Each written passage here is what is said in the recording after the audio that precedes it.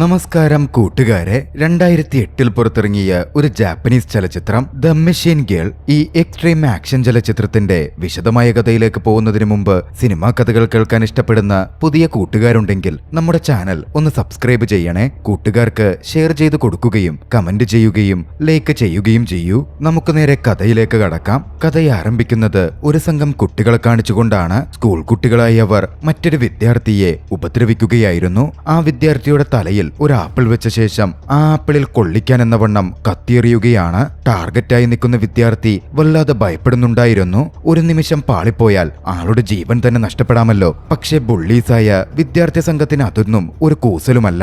ആ സമയത്താണ് അങ്ങോട്ടേക്ക് എമി എന്നു പേരുള്ള ഒരു വിദ്യാർത്ഥിനി കടന്നു വരുന്നത്. എമി ആ വിദ്യാർത്ഥികളെ തടഞ്ഞു നിർത്താനും ബുള്ളി ചെയ്യപ്പെടുന്ന പയ്യനു വേണ്ടി സംസാരിക്കാനും ശ്രമിച്ചു. കൂട്ടത്തിൽ അവൾ തന്റെ കയ്യിൽ ഒരു ഫോട്ടോ എടുത്തുയർത്തി കാട്ടി. എമിയും സഹോദരനും ഒന്നിച്ചുള്ള ഒരു ചിത്രമായിരുന്നു അത്. എമിയുടെ സഹോദരൻ പണ്ട് ബുള്ളിയിങ്ങിനാൽ കൊല്ലപ്പെട്ട ഒരു വിദ്യാർത്ഥിയാണ്. അതുകൊണ്ട് തന്നെ ബുള്ളീസിനെ കാണുമ്പോൾ എമിക്ക് രോഷം ആളിക്കത്തുമായിരുന്നു. അവരോട് ഒരു കരുണ പോലും എമി കാണിക്കാറുമില്ല. എമിയുടെ സഹോദരൻ യുവിനെയും ആക്രമിച്ച് കൊലപ്പെടുത്തിയത് ഇതേ ബുള്ളി സംഘത്തിലെ കുട്ടികൾ കൂടിയിട്ടായിരുന്നു. വീക്കറായിട്ടുള്ള പാവം കുട്ടികളെ ബുള്ളി ചെയ്യുന്നതും ഉപദ്രവിക്കുന്നതും പ്രശ്നക്കാരായ ആ കുട്ടികൾക്ക് ഒരു തമാശ മാത്രമായിരുന്നു. അവർക്കെതിരെ എമി സംസാരിച്ചതും ബുള്ളി സംഘത്തിന്റെ ലീഡർ വന്ന് എമിക്കെതിരെ പറയാനും എമിയെ ആക്രമിക്കാൻ കത്തിയെടുക്കുകയും ചെയ്തു. അവൻ കത്തിയുമായി എമിയെ ആക്രമിക്കാൻ ചെന്നതും എമി ഒട്ടും മടിച്ചില്ല. തന്റെ അരിവാൾ പുറത്തെടുത്തു. ഞൊടിയിടയിൽ ആ പയ്യന്റെ കയ്യങ്ങ് വെട്ടിവീഴ്ത്തി. ചോര ചീറ്റിക്കൊണ്ട് ആ പയ്യൻ അലറി വിളിക്കുന്നുണ്ടായിരുന്നു. ബുള്ളീസായ മറ്റു കുട്ടികൾ അത് കണ്ട് അലറി വിളിക്കാനും ഭയപ്പെട്ട് ഓടാനും തുടങ്ങി. ആ സമയമാണ് എമി തന്റെ ഒരു കൈ മുന്നിലേക്ക് നീട്ടുന്നത്. എമിക്കും ഒരു കൈ ഉണ്ടായിരുന്നില്ല, അതും വെട്ടിമാറ്റപ്പെട്ട നിലയിലായിരുന്നു. അത് കണ്ടതും എമിയെ എളുപ്പത്തിൽ പരാജയപ്പെടുത്താൻ സാധിക്കും എന്ന ബുള്ളി സംഘം വിചാരിക്കാൻ തുടങ്ങി. കത്തികൾ ഉപയോഗിച്ച് അവർ എമിയെ ആക്രമിക്കാനും ശ്രമിച്ചു. പക്ഷെ അവരെ ഞെട്ടിച്ചുകൊണ്ട് എമി പ്രത്യേകം അവൾക്ക് വേണ്ടി തയ്യാറാക്കിയ മെഷീൻ ഗൺ എടുക്കുകയാണ്. അതവൾ തന്റെ കയ്യിലേക്ക് പിടിപ്പിച്ചു. പിന്നീട് അവിടെ നടന്നത് ഒരു ഷൂട്ടൌട്ടായിരുന്നു. ബുള്ളി സംഘത്തിലെ ഒരു പയ്യനെ പോലും ജീവനോടെ വിടാതെ എമി ഏവരെയും കൊന്നുതള്ളി. ബുള്ളി സംഘം മുഴുവൻ കൊല്ലപ്പെട്ടു കഴിഞ്ഞതും ഇരയായിട്ടുള്ള വിദ്യാർത്ഥി അല്പം സമാധാനത്തിലായിരുന്നു. ഭയന്നിരുന്ന അവന്റെ അടുത്തേക്ക് എമി ചെന്നു. നീ ഓക്കെയാണോ എന്ന് ചോദിച്ചു. പക്ഷേ എമിയുടെ സിമ്പതിയൊന്നും ആ പയ്യന് വേണ്ടിയിരുന്നില്ല. എമി കഠിനഹൃദയായ ഒരു കൊലപാതകി മാത്രമാണ് എന്ന തരത്തിലായിരുന്നു ആ പയ്യനും ചിന്തിച്ചത്. പക്ഷേ എമി ഇത്തരത്തിലുള്ള ഒരു പെൺകുട്ടിയൊന്നുമായിരുന്നില്ല. എമി ഇങ്ങനെ ആയതിനു പിന്നിൽ ഒരു കഥയുണ്ട്. കൃത്യമായി പറഞ്ഞാൽ 6 മാസങ്ങൾക്ക് മുമ്പ് എമി വളരെയധികം സന്തോഷവതിയായിരുന്നു. എമി എന്ന തന്റെ സുഹൃത്തിനൊപ്പം സ്കൂളിൽ ബാസ്കറ്റ്ബോൾ പ്രാക്ടീസ് ചെയ്യുകയാണ്. സന്തോഷത്തോടെ എമി കളി കഴിഞ്ഞ് അങ്ങനെ നിൽക്കുമ്പോ എമിയുടെ സഹോദരൻ യു എമിയെ കാണാൻ അങ്ങോട്ടേക്ക് വന്നു. എമിയും യുവും ഒന്നിച്ചായിരുന്നു സ്കൂളിൽ നിന്ന് വീട്ടിലേക്ക് പോവാറുള്ളത്. ആ സഹോദരനും സഹോദരിയും തമ്മിൽ വളരെ ഊഷ്മളമായ ബന്ധമാണുള്ളത്. രണ്ടുപേരും പരസ്പരം അത്രമേൽ സ്നേഹിച്ചിരുന്നു. യു തമാശ രീതിയിൽ എമിയോട് പണം കടം തരുമോ എന്ന തരത്തിൽ ചോദിച്ചു. എമി ആദ്യം പണം കൊടുക്കാനൊന്നും തയ്യാറായില്ലെങ്കിലും വീട്ടുജോലികളൊക്കെ താൻ ചെയ്തോളാം എന്ന തരത്തിൽ യു സമ്മതിച്ചതും എമി യുവിന് പണം കൊടുത്തു. പുതിയ വീഡിയോ ഗെയിം വാങ്ങുവാൻ വേണ്ടിയാണ് പണം എന്നായിരുന്നു യു എമിയോട് പറഞ്ഞത്. പക്ഷെ അന്ന് രാത്രിയാണ് വ്യക്തമാകുന്നത് യു ആ പണം വാങ്ങിയത് വീഡിയോ ഗെയിമിന് വേണ്ടിയായിരുന്നില്ല. പുറപ്പെട്ട് ചെന്ന യു നേരെ പോയി തന്റെ സുഹൃത്ത് ടക്കാശിയെ കണ്ടു. ടക്കാശിയും യുവും ഒന്നിച്ച് ഒരിടത്തേക്ക് പോവുകയാണ്. തന്റെ അമ്മയോട് കള്ളം പറഞ്ഞ് ടക്കാശിയും കുറച്ച് പണം വാങ്ങി കയ്യിൽ വെച്ചിരുന്നു. അവരെത്തിച്ചേർന്നത് ഒരു ഗ്യാങ്ങിന്റെ ഹൈഡൌട്ടിലായിരുന്നു. തങ്ങൾ കൊണ്ടുവന്ന പണം അവർ ആ ഗ്യാങ് മെമ്പേഴ്സിനെ ഏൽപ്പിച്ചു. അപ്പോഴാണ് വ്യക്തമാകുന്നത് അതൊരു ബുള്ളീസ് ഗ്യാങ് ആണ്. പാവം യുവിനെയും ടക്കാശിയെയും ഭീഷണിപ്പെടുത്തി പണം കൊണ്ടുവരാൻ ആ ബുള്ളീസ് ഗ്യാങ് ആവശ്യപ്പെട്ടിരുന്നു. ആ ഗ്യാങ്ങിന്റെ ലീഡർ കണ്ണിച്ചോരയില്ലാത്ത കിമുര എന്ന പയ്യനാണ്.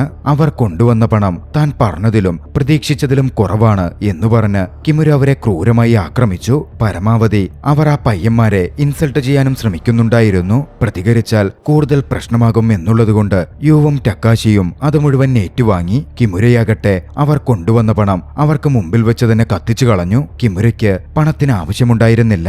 അവരുടെ മേലുള്ള തന്റെ ആധിപത്യം അവർക്ക് കാണിച്ചു കൊടുക്കണം എന്ന് മാത്രമേ ഉണ്ടായിരുന്നുള്ളൂ. പിറ്റേന്ന് പുലർച്ചെ യുവിന് ഇഷ്ടപ്പെട്ട ബ്രേക്ക്ഫാസ്റ്റും ഉണ്ടാക്കി എമി യുവിന്റെ മുമ്പിലെത്തി. യു അപ്പോൾ തന്റെ അച്ഛന്റെയും അമ്മയുടെയും ഫോട്ടോ നോക്കിയിരിക്കുകയായിരുന്നു. അവിടെ വെച്ചിട്ടാണ് വ്യക്തമാകുന്നത് എമിയുടെയും യുവിന്റെയും അച്ഛനും അമ്മയും ആത്മഹത്യ ചെയ്തവരാണ്. മുമ്പ് അവർ ചെയ്യാത്ത ഒരു കൊലപാതക കുറ്റം അവർക്ക് മേൽ ആരോപിക്കപ്പെട്ടിരുന്നു. അതിൽ മനം നൊന്തായിരുന്നു അവർ ആത്മഹത്യ ചെയ്തത്. അതിൽ പിന്നെ യുവും എമിയും പരസ്പരം സപ്പോർട്ട് ചെയ്താണ് ജീവിക്കുന്നത്. യുവിനെ സമാധാനപ്പെടുത്താൻ എമി നോക്കി നിൽക്കെ യുവിന്റെ മുഖത്തെ ചതവേറ്റ ഇടികൊണ്ട പാടുകൾ എമി നോക്കിക്കണ്ടു. എന്താ പറ്റിയത് എന്നൊക്കെ യുവിനോട് എമി ചോദിച്ചെങ്കിലും യു ഒന്നും വിട്ടുപറയുന്നുണ്ടായിരുന്നില്ല. തന്റെ സഹോദരന്റെ അവസ്ഥയോർത്ത് എമിക്ക് എമിക്ക് ചെറിയ ദുഃഖം തോന്നുന്നുണ്ട്. എമി വീണ്ടും വീണ്ടും യുവിനോട് കാര്യം ചോദിച്ചുകൊണ്ടേയിരുന്നു. ഒടുവിൽ തലേ ദിവസം ചിലരുമായി താൻ ഫൈറ്റ് ചെയ്തു എന്ന കാര്യം യു എമിയോട് പറയുകയാണ്. എമിക്കത് ഒട്ടും ഉൾക്കൊള്ളാനങ്ങ് പറ്റുന്നുണ്ടായിരുന്നില്ല. പ്രശ്നത്തിനൊന്നും പോവരുത്, പ്രശ്നക്കാരായ ആളുകളിൽ നിന്ന് ഒഴിഞ്ഞുമാറി നടക്കണം എന്നൊക്കെ എമി അന്ന് യുവിനെ ഉപദേശിച്ചു. ഇതേ സമയം മറുവശത്ത് ഗ്യാങ് ലീഡർ കിമുരയുടെ അച്ഛൻ റിയൂജിയെ നമ്മൾ പരിചയപ്പെടുന്നു. റിയൂജി ഒരു മാഫിയ ലീഡറാണ്. പരമ്പരാഗത ഫാമിലി ട്രഡീഷനിൽ വലിയ ശ്രദ്ധ കൊടുത്ത് അതൊക്കെ ഫോളോ ചെയ്യുന്ന വ്യക്തി. തന്റെ മകനെ ക്രൂരമായ രീതിയിൽ ഫൈറ്റ് ചെയ്യാൻ അദ്ദേഹം പ്രാക്ടീസ് ചെയ്യിപ്പിക്കുമായിരുന്നു. തന്റെ പിതാമഹന്മാരെ പോലെ ക്രൂരനാകുവാൻ മകന് വേണ്ട കാര്യങ്ങൾ പറഞ്ഞു കൊടുക്കുകയും കിമുരയെ പാരമ്പര്യം പകർന്നു കിട്ടാൻ തന്റെ ചോര വരെ കുടിപ്പിക്കുകയും ചെയ്തിരുന്ന തരം മാനസിക വിഭ്രാന്തിയുള്ള ഒരു മനുഷ്യനായിരുന്നു അയാൾ. അന്ന് അത്തരത്തിൽ റിയൂജിക്കും കിമുരയ്ക്കും ഇടയിൽ പ്രവർത്തികൾ നടക്കുമ്പോഴാണ് അങ്ങോട്ടേക്ക് അവരുടെ സെർവന്റ് ഭക്ഷണം കഴിക്കാൻ അബദ്ധത്തിൽ കയറി വരുന്നത്. സെർവന്റ് ആ കാഴ്ച കണ്ടിരുന്നു. തങ്ങൾ ചെയ്തിരുന്ന വലിയ പ്രവൃത്തി സെർവന്റിന്റെ ഇടപെടലോടെ പ്രതിഫലമില്ലാത്തതായി മാറി എന്ന തരത്തിൽ റിയൂജിക്ക് തോന്നിയിരുന്നു. റിയൂജിയുടെ മുഖം ദേഷ്യം കൊണ്ട് ചുവന്നു. കുറച്ച് സമയം കഴിഞ്ഞ് കിമുര തന്റെ ഗ്യാങ്ങിനെ മീറ്റ് ചെയ്യാൻ വീട്ടിൽ നിന്ന് പുറപ്പെടുകയായിരുന്നു. മുമ്പോട്ട് പോയ അവൻ തന്റെ അമ്മയെ കണ്ട് യാത്ര പറഞ്ഞു. മോന് നല്ലൊരു ദിവസം കിമുരയുടെ അമ്മ ആശംസിക്കുന്നുമുണ്ട്. കിമുര അവിടെ നിന്ന് മാറിയതും കിമുരയുടെ അമ്മ തന്റെ മുമ്പിലുണ്ടായിരുന്ന സർവന്റിനെ അങ്ങ് കൊന്നുതള്ളി. നേരത്തെ റിയൂജിയും കിമുരയും ട്രഡീഷണൽ പ്രാക്ടീസിലായിരുന്നപ്പോൾ അവരുടെ ആ പ്രാക്ടീസിനിടയിൽ കയറിയ അതേ സെർവന്റ് ആയിരുന്നു അത്. അത്രമേൽ ക്രൂരമായാണ് അവരുടെ കുടുംബം പ്രവർത്തിച്ചിരുന്നത്. മറുവശത്ത് യു ടക്കാശിയെ വിളിക്കുവാൻ ടക്കാശിയുടെ വീട്ടിലേക്ക് ചെന്നിരുന്നു. പക്ഷേ യുവിനെ കണ്ടതും ടക്കാശിയുടെ അമ്മ മിക്കിക്ക് അതത്രയ്ക്ക് ഇഷ്ടപ്പെട്ടില്ല. യുവിന്റെ അച്ഛനും അമ്മയും കൊലപാതകികളാണ്, അവരുമായി ഒരു ബന്ധവും വേണ്ട എന്നൊക്കെ മിക്കി ടക്കാശിയോട് പറഞ്ഞു. തന്റെ മകന് ബാഡ് ഇൻഫ്ലുവൻസ് ഉണ്ടാവരുത് എന്ന് മിക്കി ആഗ്രഹിച്ചിരുന്നു. പക്ഷേ ടക്കാശിക്കും യുവിനും തന്നെയും മിക്കിയുടെ വാക്കുകൾ വലിയ പ്രശ്നമായിരുന്നില്ല. അമ്മയുടെ വാക്കുകൾ അവഗണിച്ച് അവരിരുവരും ഒന്നിച്ചു തന്നെ പുറത്തുപോയി. കുറച്ചു സമയത്തിനു ശേഷം എമിയും കൂട്ടുകാരിയും ബാസ്കറ്റ്ബോൾ കളിയൊക്കെ കഴിഞ്ഞ് അക്കാഡമിക്ക് പുറത്തു നിൽക്കുകയായിരുന്നു. ആ സമയമാണ് യുവും ടക്കാശിയും തെരുവിലൂടെ ഓടിപ്പോകുന്നത് അവരിരുവരും കാണുന്നത്. പിന്നാലെ ഒരു കാര്യം കൂടി അവർക്ക് വ്യക്തമായി. അവർ വെറുതെ ഓടുകയല്ല, കിമുരയുടെ ഗ്യാങ് മെമ്പേഴ്സ് അവരെ ഓടിച്ചിടുകയാണ്. പിന്നാലെ അവർ ഇരുവരെയും വളഞ്ഞു പിടികൂടിയിരുന്നു. തന്റെ സഹോദരൻ അപകടത്തിലാണ് എന്ന് കണ്ടതും സഹോദരനെ സംരക്ഷിക്കാൻ എമി ഓടിച്ചെല്ലാൻ തുടങ്ങി. പക്ഷെ അവൾ അങ്ങോട്ടേക്ക് എത്തുന്നതിനു മുമ്പ് ഞരമ്പ് രോഗികളായ രണ്ടുപേർ അതിനിടയിൽ കയറി എമിയെ പിടികൂടി ഉപദ്രവിക്കാൻ ശ്രമിച്ചു. പക്ഷെ അവരുടെ ചിന്തകൾ എമി ഒറ്റയടിക്ക് തന്നെ ഇല്ലാതാക്കി കൊടുത്തു. മികച്ച സെൽഫ് ഡിഫൻസ് ടെക്നിക്കുകളും ഫൈറ്റിംഗും അറിയാവുന്ന എമി അവർക്കെതിരെ പൊരുതി അവരെ അടിച്ച് താഴെയിട്ടു. പക്ഷേ അപ്പോഴേക്കും യുവിനെയും ടക്കാശിയെയും പിടിച്ച് കിമുരയുടെ ഗ്യാങ് മെമ്പേഴ്സ് കൊണ്ടുപോയി കഴിഞ്ഞിരുന്നു. കിമുരയുടെ ഹൈഡൌട്ടിലേക്ക് ഇരുവരും എത്തിക്കപ്പെട്ടു. കിമുര ടക്കാശിയോടും യുവിനോടും കൂടുതൽ പണത്തിന് ആവശ്യപ്പെട്ടു. പക്ഷേ അവരുടെ പക്കൽ ഇനിയൊട്ടും പണമുണ്ടായിരുന്നില്ല. അതിനോടകം അവരുടെ മുഴുവൻ പോക്കറ്റ് മണിയും മറ്റെല്ലാ പണവും തന്നെ കിമുര കരസ്ഥമാക്കിയിരുന്നു. അവരില്ലെന്ന് പറഞ്ഞതും കിമുരയും സംഘവും യുവിനെയും ടക്കാശിയെയും ഉപദ്രവിക്കാനും ഇൻസൾട്ട് ചെയ്ത് സംസാരിക്കാനും ആരംഭിച്ചു. ഒരു ഘട്ടത്തിൽ കിമുര എമിയെപ്പറ്റി വരെ യുവിനോട് മോശമായി സംസാരിക്കുന്നുണ്ട്. അത് കേട്ടതും യുവിന് വലിയ രോഷമാളി കത്തി. അവൻ കൈയുയർത്തി അലറിക്കൊണ്ട് കിമുരയ്ക്കെതിരെ ചെന്നു. കിമുരയെ അറ്റാക്ക് ചെയ്യാൻ യു ശ്രമിക്കുകയും ചെയ്തു. പക്ഷേ കിമുരയ്ക്ക് നല്ല സ്കില്ലുകളുണ്ടല്ലോ. കിമുര യുവിനെ തിരികെ ആക്രമിക്കുകയാണ്. എന്തിനേറെ പറയുന്നു, കിമുരയും കിമുരയുടെ ഗ്യാങ് മെമ്പേഴ്സും ഒന്നിച്ച് യുവിനെയും ടക്കാശിയെയും അവർ നിന്നിരുന്ന ആ വലിയ ബിൽഡിംഗിന്റെ മുകൾ നിലയിൽ നിന്ന് താഴേക്കിട്ട് കൊലപ്പെടുത്തി കളഞ്ഞു. എമിയൊടുവിൽ വിവരമറിഞ്ഞെത്തിയപ്പോഴേക്കും എമിക്ക് കാണാൻ സാധിച്ചത് ജീവനറ്റ് കിടക്കുന്ന തന്റെ പ്രിയ സഹോദരന്റെ ശവശരീരമായിരുന്നു. ആകെ തകർന്നുപോയ അവൾ അലറി വിളിച്ച് പൊട്ടിക്കരയാൻ തുടങ്ങി. പിന്നീട് കുറച്ച് ദിവസങ്ങൾ കടന്നുപോയി. സഹോദരന്റെ ഫ്യൂണറൽ ചടങ്ങടക്കം കഴിഞ്ഞിരുന്നു. ധൈര്യം സംഭരിച്ച് എമി ടക്കേഷിയുടെ വീട്ടിലേക്ക് പോയി. മിക്കിയെ കണ്ട് തക്കേഷിയുടെ മരണത്തിലുള്ള തന്റെ ദുഃഖമറിയിച്ചു. പക്ഷേ മിക്കിയാകട്ടെ തന്റെ മകന്റെ മരണത്തിന് യുവിനെയും എമിയെയും കുറ്റപ്പെടുത്തി സംസാരിക്കുകയായിരുന്നു ചെയ്തത്. അവർ ആത്മഹത്യ ചെയ്തതാണ് എന്ന തരത്തിലായിരുന്നു പ്രോപ്പറായ ഇൻവെസ്റ്റിഗേഷൻ ഒന്നും സംഭവിക്കാതെ പോലീസ് വിധിയെഴുതിയിരുന്നത്. എമി കാര്യങ്ങൾ മിക്കിയോടും മിക്കിയുടെ ഭർത്താവ് സുഗുരുവിനോടും സംസാരിക്കാൻ ശ്രമിച്ചു. ആരും അവരെ അപായപ്പെടുത്തിയതാകും എന്നൊക്കെ അവൾ പറയാൻ ശ്രമിച്ചെങ്കിലും ദേഷ്യത്തിലും സങ്കടത്തിലുമായിരുന്ന മിക്കി അതൊന്നും ചെവികൊള്ളാൻ തയ്യാറായില്ല. മിക്കിയുടെ ഭർത്താവ് സുഗുരുവാകട്ടെ മിക്കിയെ സമാധാനിപ്പിക്കാനും ശ്രമിക്കുന്നുണ്ടായിരുന്നു. അന്ന് തിരികെ വീട്ടിലേക്കെത്തിയ എമി ആകെ തകർന്നുപോയിരുന്നു. പക്ഷേ അന്നവൾക്ക് തന്റെ സഹോദരന്റെ വസ്തുക്കൾക്കിടയിൽ നിന്ന് അവന്റെ ഒരു ഡയറി കിട്ടി. ആ ഡയറി വായിച്ചപ്പോഴാണ് തന്റെ സഹോദരൻ കടന്നുപോയ അവസ്ഥയെപ്പറ്റി, അവനെതിരിട്ട ബുള്ളിയിങ്ങിനെ പറ്റി അവൾ മനസ്സിലാക്കുന്നത്. അത് വായിച്ച അവൾ വേദന കൊണ്ട് പൊട്ടിക്കരഞ്ഞിരുന്നു. കിമുരയുടെയും മറ്റും പേരുകൾ ഡയറിയിൽ ഉണ്ടായിരുന്നില്ല. ആകെ ഉണ്ടായിരുന്ന റിയോറ്റ എന്ന ഗ്യാങ് മെമ്പറിനെ ഫോളോ ചെയ്ത് റിയോറ്റയുടെ കാര്യങ്ങൾ ചോദിച്ച് ആരാണ് യുവിനെ കൊന്നതെന്ന് മനസ്സിലാക്കാൻ എമി തീരുമാനിച്ചു. അടുത്ത ദിവസം തന്നെ എമി റിയോറ്റയുടെ വീട്ടിലേക്ക് ചെന്നു. റിയോറ്റയ്ക്കെടുത്ത അടുത്ത് ആരാണ് ആ ഗ്യാങ് ലീഡർ, യുവിന്റെ ഡയറിയിൽ പറഞ്ഞിരിക്കുന്ന വ്യക്തി എന്ന് എമി അന്വേഷിച്ചു. പക്ഷേ എമി എത്ര ആവശ്യപ്പെട്ടിട്ടും റിയോട്ട അതൊന്നും മൈൻഡ് പോലും ചെയ്യാതെ എഴുന്നേറ്റ് പോവുകയായിരുന്നു ചെയ്തത്. യുവിന്റെ മരണത്തിൽ തനിക്ക് ദുഃഖമുണ്ട് എന്ന് മാത്രമായിരുന്നു അവൻ ആകെ പറഞ്ഞത്. അവിടുണ്ടായിരുന്ന റിയോട്ടയുടെ അച്ഛൻ എമി തന്റെ മകനെതിരെയാണ് വരുന്നത് എന്ന് മനസ്സിലാക്കിയിരുന്നു. കൂട്ടത്തിൽ യുവിന്റെ മരണത്തിൽ റിയോട്ടയ്ക്ക് പങ്കുണ്ട് എന്നതിന് തെളിവ് കൂടി എമിയുടെ പക്കലുണ്ട് എന്ന് റിയോട്ടയുടെ അച്ഛൻ മനസ്സിലാക്കിയതും എമിയെ വകവരുത്താൻ മാഫിയ മെമ്പർ കൂടിയായ റിയോട്ടയുടെ അച്ഛൻ തീരുമാനിച്ചു. എമി അതിൽ നിന്നൊക്കെ ഒഴിഞ്ഞുമാറിക്കൊണ്ടിരുന്നു. എന്തിനേറെ പറയുന്നു, റിയോട്ടയുടെ അമ്മ വരെ എമിയെ പിടികൂടി ഉപദ്രവിക്കാനും എമിയുടെ കൈ തിളച്ച ചട്ടിയിൽ പൊരിക്കാനും ഒക്കെ ശ്രമിച്ചിരുന്നു. പക്ഷെ ഒരു തരത്തിൽ അവർക്കെതിരെയൊക്കെ പോരടിച്ച എമി ചൂടുവെള്ളം റിയോട്ടയുടെ അച്ഛന്റെ ദേഹത്തേക്ക് ഒഴിച്ചായിരുന്നു ഒരു തരത്തിൽ അവിടെ നിന്ന് ഓടി രക്ഷപ്പെട്ടത്. അതോടെ എമിക്ക് റിയോട്ടയ്ക്ക് അതിൽ കാര്യമായ പങ്കുണ്ട് എന്ന് മനസ്സിലായി കഴിഞ്ഞിരുന്നു. വെറുതെ വിടുവാനും ഒളിച്ചോടുവാനും പേടിച്ചു നിൽക്കുവാനും എമി ഒരുക്കമായിരുന്നില്ല. അന്ന് രാത്രിയിൽ റിയോട്ടയുടെ വീട്ടിലേക്ക് എമി കടന്നു കയറി. റിയോട്ടയുടെ മുറിയിൽ പതുങ്ങിയിരുന്ന എമി റിയോട്ടയുടെ കഴുത്തിൽ കത്തിവെച്ച് യുവിന്റെ മരണത്തിന് ആരാണ് കാരണം എന്ന് റിയോട്ടയോട് ചോദിച്ചു. തന്റെ ജീവനിൽ ഭയന്ന റിയോട്ട കിമുരയാണ് യുവിനെയും ടക്കേഷിയെയും കൊലപ്പെടുത്തിയത് എന്ന കാര്യം വ്യക്തമാക്കി. എമി ഒട്ടും മടിച്ചില്ല. ആ കൂട്ടത്തിൽ റിയോട്ടയും ഉണ്ടായിരുന്നു എന്ന് മനസ്സിലാക്കിയ അവൾ റിയോട്ടയെ കഴുത്തറുത്ത് കൊന്നുകളഞ്ഞു. റിയോട്ടയുടെ അമ്മ താഴെ കിച്ചണിൽ കുക്കിങ്ങിലായിരുന്നു. പെട്ടെന്ന് അവിടുത്തെ കരണ്ട് പോയി. വെട്ടം തെളിഞ്ഞു വന്ന് അവർ നോക്കുമ്പോൾ കണ്ടത് തിളച്ച ചട്ടിയിൽ ഉയർന്നു വരുന്ന അറുത്തെടുത്ത് അവരുടെ മകന്റെ തലയായിരുന്നു. ഏറെ ഭയന്ന് അവർ അലറി വിളിച്ചിരുന്നു. പക്ഷേ എമി അപ്പോഴേക്കും ചോര പുരണ്ട തന്റെ ശരീരവും കത്തിയുമായി അവർക്ക് പിന്നിൽ കാത്തുനിന്നിരുന്നു. എമി ഒട്ടും മടിച്ചില്ല.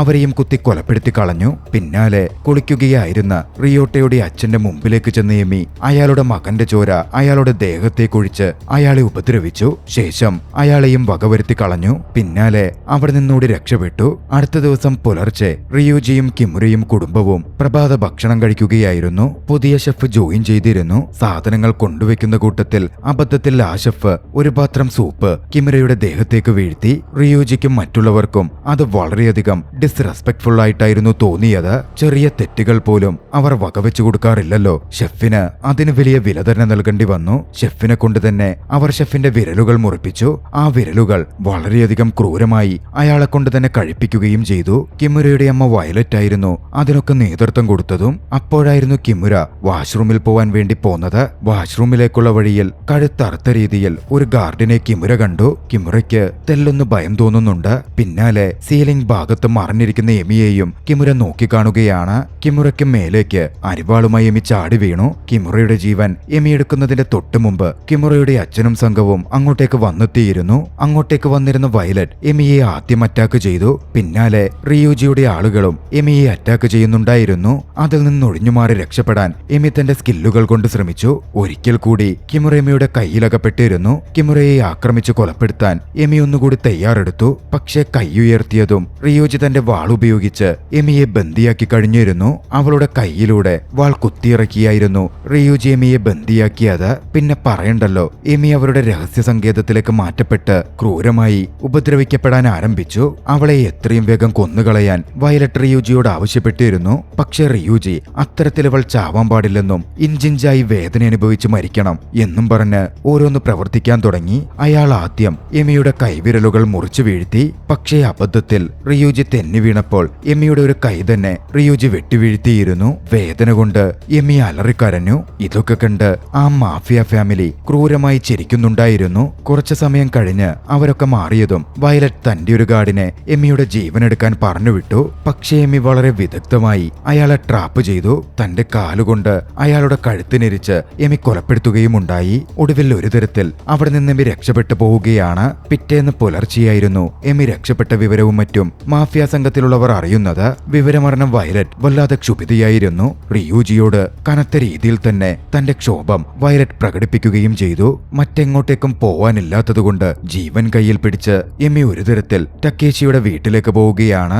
കാര്യങ്ങൾ വിശദമായി പറഞ്ഞാൽ ടക്കേഷിയുടെ പാരന്റ്സ് കാര്യങ്ങൾ മനസ്സിലാക്കും എന്നെമിക്ക് തോന്നിയിരുന്നു. അവരുടെ ഷോപ്പിന് മുമ്പിലെത്തിയതും എമി കുഴഞ്ഞു വീണു. ടക്കേഷിയുടെ പാരന്റ്സ് എമിയെടുത്ത് ആവശ്യമായ ട്രീറ്റ്മെന്റുകൾ ചെയ്തു. പതിയെയാണെങ്കിലും എമി സുഖപ്പെട്ടു വരാൻ ആരംഭിച്ചു. ഇതിനിടയിൽ താൻ കണ്ടെത്തിയ വിവരങ്ങൾ മുഴുവൻ എമി ടക്കേഷിയുടെ പാരന്റ്സിനോട് പറഞ്ഞിരുന്നു. പിന്നാലെ എമിയും മിക്കിയും ഫൈറ്റിംഗ് പ്രാക്ടീസ് ചെയ്യാനും പലതരത്തിലുള്ള ട്രെയിനിങ് നടത്താനും ആരംഭിച്ചു. ടക്കേഷിയുടെ അച്ഛൻ ഒരു മെക്കാനിക് ആയിരുന്നു. അദ്ദേഹം മുറിച്ചു മാറ്റപ്പെട്ട എമിയുടെ കൈ കൂടുതൽ പവറുള്ള ഒരു വെപ്പണാക്കി മാറ്റാൻ തീരുമാനിച്ചു. തന്റെ സ്കിൽ ഉപയോഗിച്ച് മെഷീൻ ഗൺ പോലുള്ള ഒരു വെപ്പൺ അദ്ദേഹം ക്രിയേറ്റ് ചെയ്തെടുത്തു. കൃത്യമായി മുറിച്ചു മാറ്റപ്പെട്ട എമിയുടെ കൈയിലേക്ക് സ്യൂട്ടാകുന്ന തരത്തിലൊന്ന്. ഇതിനിടയിൽ അവർ വീണ്ടും പ്രാക്ടീസ് ചെയ്തു പോന്നു. കുറച്ച് ദിവസങ്ങൾ കഴിഞ്ഞ് മാഫിയ സംഘത്തെ നിരീക്ഷിക്കാൻ മിക്കി അവരുടെ നെയ്ബർഹുഡിൽ പോയി. റിയോജിയും ഫാമിലിയും അവരുടെ പഴയ താമസ സ്ഥലത്ത് നിന്ന് മറ്റൊരിടത്തേക്ക് മാറിയിരിക്കുന്നു എന്ന വിവരം അപ്പോഴാണ് മിക്കി മനസ്സിലാക്കുന്നത്. ആർക്കും തന്നെ അവരിപ്പോൾ എവിടെയാണുള്ളത് എന്നറിവുണ്ടായിരുന്നില്ല. പക്ഷേ റിയൂജിയുടെ ഒരു ഗാർഡ് മിക്കിയെ വാച്ച് ചെയ്യുന്നുണ്ട് എന്ന് മിക്കി അപ്പോൾ തിരിച്ചറിഞ്ഞിരുന്നില്ല. മിക്കി തിരികെ അവരുടെ ഇടത്തേക്ക് എത്തി എമിയോട് താൻ മനസ്സിലാക്കിയ കാര്യങ്ങൾ പറഞ്ഞു. പക്ഷേ അപ്പോഴേക്കും റിയൂജിയുടെ ഗാർഡുകൾ ആക്രമണത്തിനായി അങ്ങോട്ടേക്ക് വന്നെത്തിയിരുന്നു. അവർ മിക്കിക്കും എമിക്കും ഭർത്താവിനുമെതിരെ ആക്രമണം ആരംഭിച്ചു. പക്ഷേ എമിയും മിക്കിയും സാധാരണ ലേഡികളല്ലല്ലോ. നല്ല രീതിയിൽ പരിശീലനം ലഭിച്ച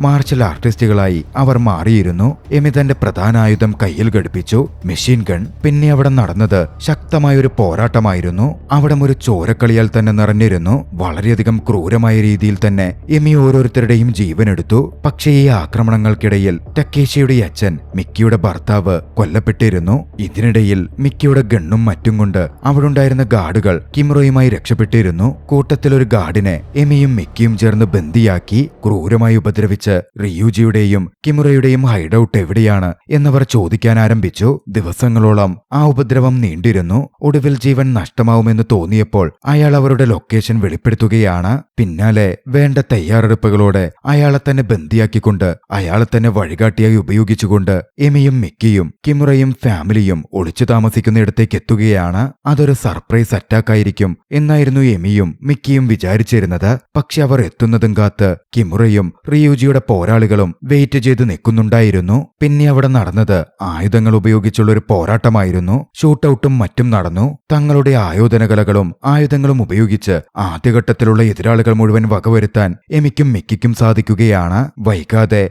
റിയൂജി തന്നെ യുദ്ധക്കളത്തിലേക്ക് ഇറങ്ങി. എമിയെ ആക്രമിക്കാൻ റിയൂജി തയ്യാറെടുത്തിരുന്നു. പക്ഷേ മിക്കി ആകട്ടെ റിയൂജിക്കെതിരെ ചാടി വീണു. പക്ഷെ ആ ചാടി വീഴൽ ഒരു മണ്ടത്തരമായിരുന്നു. മിക്കിയുടെ കാല് ഒരു കെണിയിലകപ്പെട്ടു. മുറിച്ചു മാറ്റപ്പെടുന്ന രീതിയിലേക്ക് കാലനക്കാൻ പറ്റാത്ത അവസ്ഥയിലേക്ക് മിക്കി പെട്ടുപോയിരുന്നു. താഴെ വീണ മിക്കിക്കടുത്തേക്ക് എമി ഓടിയെത്തി. മിക്കി എപ്പോഴും എമിയെ മോട്ടിവേറ്റ് ചെയ്തു. തങ്ങളുടെ പ്രിയപ്പെട്ടവർക്ക് വേണ്ടി ട്രെയിനിങ് അടക്കം ഉപയോഗിച്ച് പ്രതികാരം തീർക്കണം എന്ന് മിക്കി പറഞ്ഞു. അതോടെ റിയൂജിക്കെതിരെ പോരാടാൻ എമി തയ്യാറാവുകയാണ്. പക്ഷേ അതിനോടകം ഒരുപാട് രക്തം നഷ്ടപ്പെട്ടിരുന്ന മിക്കി അവിടെ വെച്ച് മരണപ്പെടുകയാണ്. ഇതിനിടയിൽ റിയൂജിക്കെതിരെ പോരാടിക്കൊണ്ടിരുന്ന എമിയാകട്ടെ തന്റെ ഗണ്ണുപയോഗിച്ച് റിയൂജിക്കെതിരെ ആക്രമണം നടത്തിയിരുന്നു. വളരെ പെട്ടെന്ന് തന്നെ എമി റിയൂജിയുടെ ജീവനെടുത്തു. എമി പിന്നാലെ കിമുറയെ തേടിയിറങ്ങി. കിമുറയെ അന്വേഷിച്ചു ചെന്ന് എമി ചെന്നുപെട്ടത് കിമുറയുടെ അമ്മ വയലറ്റിന്റെ മുമ്പിലായിരുന്നു. വയലറ്റ് തന്റെ ശരീരത്തിൽ ഘടിപ്പിച്ച സ്പെഷ്യൽ വെപ്പൺ ഉപയോഗിച്ച് എമിയെ ആക്രമിക്കാൻ തുനിഞ്ഞു. അവർ തമ്മിൽ ശക്തമായൊരു പോരാട്ടം നടക്കുകയാണ്. ഇതിനിടയിൽ എമി തിരികെ ആക്രമിച്ചപ്പോൾ സ്പെഷ്യൽ വെപ്പൺ മാൽ ഫംഗ്ഷൻ ചെയ്ത് പ്രവർത്തിക്കുവാനും അത് വയലറ്റിന് തന്നെ ഉപദ്രവമാവാനും ആരംഭിച്ചിരുന്നു. തന്റെ അമ്മ ജീവൻ മരണ പോരാട്ടത്തിൽ ഏർപ്പെട്ട് കഷ്ടപ്പെടുന്ന കണ്ടതും മറിഞ്ഞിരിക്കുകയായിരുന്ന കിമുറ ഓടി വന്നു. അവസരം പ്രതീക്ഷിച്ചിരിക്കുകയായിരുന്ന എമി കിമുറയുടെ തലയറുത്ത് വീഴ്ത്തുകയാണ്. വൈകാതെ വയലറ്റിനെയും എമി കൊന്നുവീഴ്ത്തി. എല്ലാവരോടുമുള്ള പ്രതികാരം അവസാനിച്ചതും ചോര കൊണ്ട് കുളിച്ചിരുന്ന എമി നേരെ പുറത്തേക്ക് വന്നു. പുറത്ത് തന്റെ സഹോദരന്റെ ആത്മാവ് തന്നെ നോക്കി നിൽക്കുന്ന പോലെ എമിക്ക് തോന്നിയിരുന്നു. എല്ലാം അവസാനിച്ചു, നിന്നെ കൊന്നവരോട് താൻ പ്രതികാരം തീർത്തു എന്നെമി പറയുന്നുണ്ട്. തന്റെ സഹോദരയുടെ ധൈര്യത്തെയും പ്രവൃത്തിയെയും അഭിനന്ദിച്ച് എമിയുടെ സഹോദരൻ കൈയടിക്കുന്നുണ്ടായിരുന്നു. ആദർശ്യത്തോടെ ചലച്ചിത്രം അവസാനിക്കുകയാണ്. കഠിനമായ ആക്ഷൻ സീക്വൻസുകളുള്ള ഈ ചലച്ചിത്രം നിങ്ങൾക്കിഷ്ടമായെങ്കിൽ വീഡിയോ ലൈക്ക് ചെയ്യുക. അഭിപ്രായങ്ങളും നിർദ്ദേശങ്ങളും കമന്റുകളിൽ രേഖപ്പെടുത്തുക. കഴിയുമെങ്കിൽ ചാനൽ സബ്സ്ക്രൈബ് ചെയ്തും കൂട്ടുകാർക്ക് ഷെയർ ചെയ്തു കൊടുത്തും ഞങ്ങളെ സപ്പോർട്ട് ചെയ്യുക. അടുത്ത എപ്പിസോഡിൽ മറ്റൊരു മികച്ച ചലച്ചിത്രവുമായി നമുക്ക് കണ്ടുമുട്ടാം. അതുവരെ ബൈ.